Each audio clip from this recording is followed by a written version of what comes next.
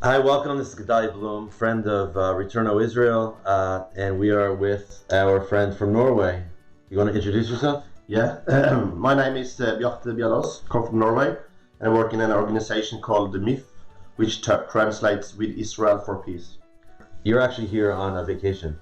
Yeah. You want to tell us about the reason why you came at this point for such a short time? Well, in Norway we had a direct flight from Oslo to Tel Aviv. It was the first time in history it's a direct flight between Norway and Israel. So when it came, the pro-Israel community and everybody who likes to travel to Israel was very pleased. Right.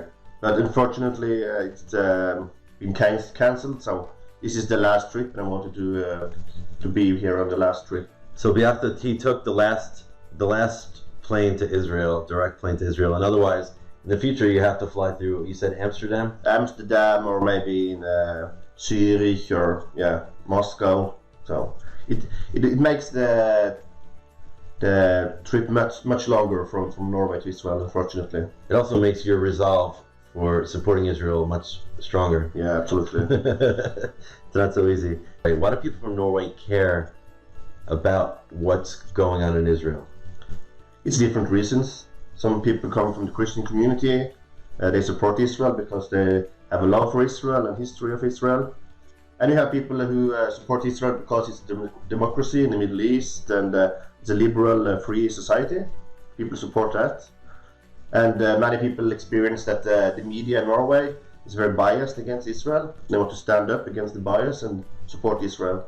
So for people who are wondering, I mean, throughout the world, there's many different countries around the world, there's many different peoples around the world, there's many bias, there's many conflicts. Israel seems to be the center of the center, meaning that anytime somebody, like, so much so that even small conflicts, like a Palestinian Arab ambulance that gets stopped at a checkpoint to be searched, makes the national news. Meanwhile, Assad's regime in Syria, 500,000 people were killed by his own hand, and nobody bats an eye. What is the attraction? I asked myself the same question, because you have so much conflicts around the world. So why does this conflict get so much attention? And of course, you have a lot of journalists here. I guess 3,000 journalists from abroad. Well, there's more journalists per capita in Israel than anywhere else in the world. Yeah, and they have to report something.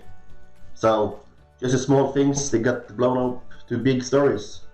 But I think, if you ask me personally, I think, with the history of the Jewish people, and people have always been against the Jewish people, and now they're against the Jewish state. So if you ask me, I think the anti-Zionism is just the old antisemitism. So from your Christian community, the connection to Israel is biblical. Yeah, mostly, yeah. And the attraction for the haters of Israel is anti-Semitism. Yeah. So what percentage of the population do you think from Norway is included in those two groups together? If you ask me, maybe 20 to 30%, 20%. So you have 80% of the people who are neither Jew haters or Bible lovers. I think many people are fed up with the conflict, because for 20, 30 years now it's been the headlines of news almost every week. People thinking it's too much of it. They're thinking, they're getting tired of hearing it all the time. You mentioned to me just before we went on, you said, since the Gaza war, your organization had attracted thousands of new members. Yeah. Today we are over 11,000 paying members, only Norwegians. So it's a very big organization if compared to the number of people living in Norway. But it started with the first Gaza war and the second Gaza war, when people watching news in Norway, and it was very biased. And you never heard the Israeli side. You only heard it from the Gaza side, and people got fed up with it, and they came in large numbers to our organization to protest against the biased media and to show support for Israel. So how exactly does your organization attract 11,000 members who are all tied to Israel, and who makes up these 11,000 people?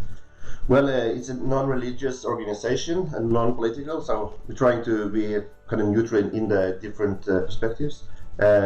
Most people are come from the Christian communities, but we have Jewish members and even some Muslim members, and of course some atheists.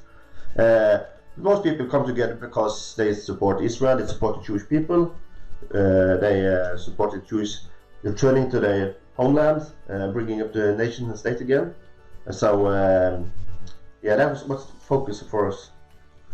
So the issue with Judea Samaria today, when you even use the words Judea Samaria or you use the words West Bank, it creates a narrative, a story that you could somewhat understand where the person is coming from. For instance, if I say I live in Judea Samaria, they might say on a political spectrum that say I'm right wing, and someone says West Bank, you're on the left wing, because language matters. And so where does that, as pro-Israel, again, you don't differentiate between borders or green lines. You have 11,000 members who are pro-Israel. Judea and Samaria, where does that fit into the conversation? Well, most the Israel supporters in Norway, they use the term Judea and Samaria, but it's the politicians, and in the organization we use the West Bank to as a term. It's the same as they use in the Israeli media, but in the conversations, most people use the word Judea and Samaria because of the biblical history of the name. So it's interesting you say so on a personal interaction, you would use the word, not you, just generally people would use the terms Judea and Samaria, but publicly you'll say West Bank because the Israeli press generally use that, and you're walking in step with what is official here in Israel. And I think that brings up a big point. I think that brings up a big point to our audience, especially our audience here in Israel, is that we have to watch the words that we use. We have to watch the policies that we create, even if we're doing it for strategic reasons. For instance, Bibi Netanyahu, during his Bar Ilan speech a couple of years ago, discussed the idea of a two-state solution. That was under the Obama administration. And for those on the ground, we know that Benjamin Netanyahu is not a supporter of two states. We know he's not. But for political reasons, under the Obama administration, he came out and said something about two-state solution. So now you have a number of agencies and organizations and institutions around the world who would generally be against the two-state solution, but say that's what the Israeli government policy is. So we don't exist to go against Israel, the leadership of Israel. We exist to support Israel. Whatever the leadership says, even if we don't agree, we're going to do it. And so you're saying also is that when the Israeli press are using the terms West Bank, who are we to go against the narrative that is being spoken about? And I wanted to say to our audience and to you is that I think it's time that we speak the way we speak privately, to do it publicly. Because I think that the big perpetuation of this conflict is our lack of honesty and resolve. I think that we need to be more unapologetic. We need to be more proud. So what's your mission? What's the mission of the organization? The mission is to support a solution that's keep Israel a Jewish homeland. And our mission is to compete against the biased media in Norway, to bring the Israeli perspective into the debate. That's mostly what we do.